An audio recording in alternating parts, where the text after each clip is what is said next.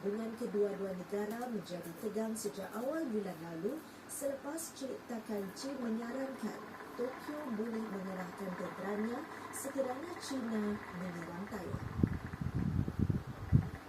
Dewan Senat Amerika Syarikat meluluskan Akta Kebenaran Pertahanan Negara NDAA bernilai lebih $900 bilion yang menggariskan dasar serta perbelanjaan Pentagon bagi tahun fiskal 2026.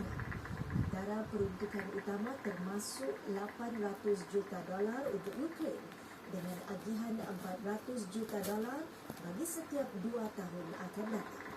Rang undang-undang itu turut memperuntukkan $600 juta kepada Israel termasuk dana bagi inisiatif pertahanan peluru berpandu bersama seperti sistem Iron Dome. Syarikat Gergasi Teknologi Amerika Syarikat Meta sedang melaksanakan sistem seragam sejagat bagi mengesahkan umur pengguna platformnya.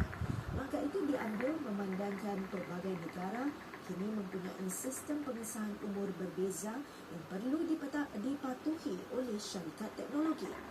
Sehubungan itu, Meta menjalin kerjasama dengan firma teknologi berpangkalan di Singapura KID bagi menyepadukan teknologi HQ ke dalam aplikasi mudah alihnya.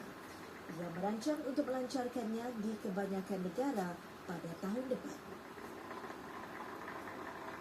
Dalam berita tempatan, sebuah struktur panel suria luar biasa yang merentangi ruang di antara bangunan bertingkat mungkin akan dipasang di